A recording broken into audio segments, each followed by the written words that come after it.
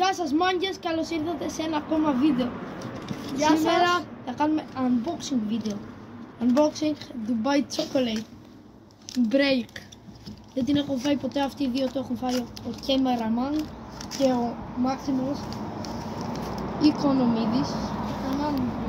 Το κανάλι του είναι, δεν θυμάμαι, Maxicon SRV. Τέλος πάντων, πάμε να δοκιμάσουμε Dubai Chocolate. Αυτά που βλέπω είναι λίγο αηδία. Τι είναι κανταΐφια, τι είναι αυτό?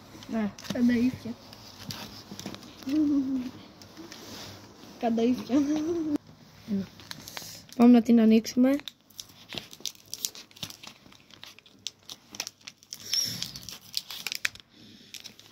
Ωραία, κλασική σοκολάτα μυρίζει.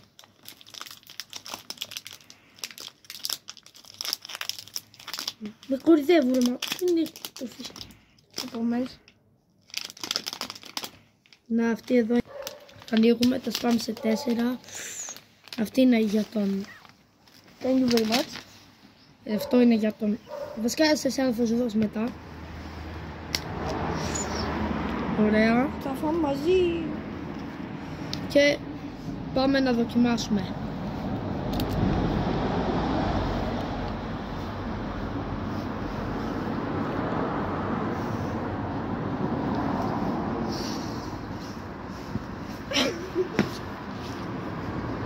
Πολύ ωραία.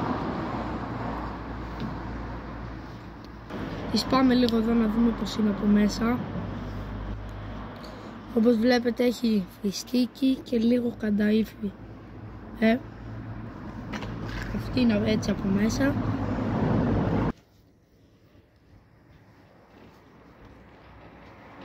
Τρία, 2, 1. Αυτή ήταν η Dubai Chocolate Break. Πολλοί παίζει να την έχει δοκιμάσει, αλλά είναι λίγο ακριβή, κάνει 5 ευρώ.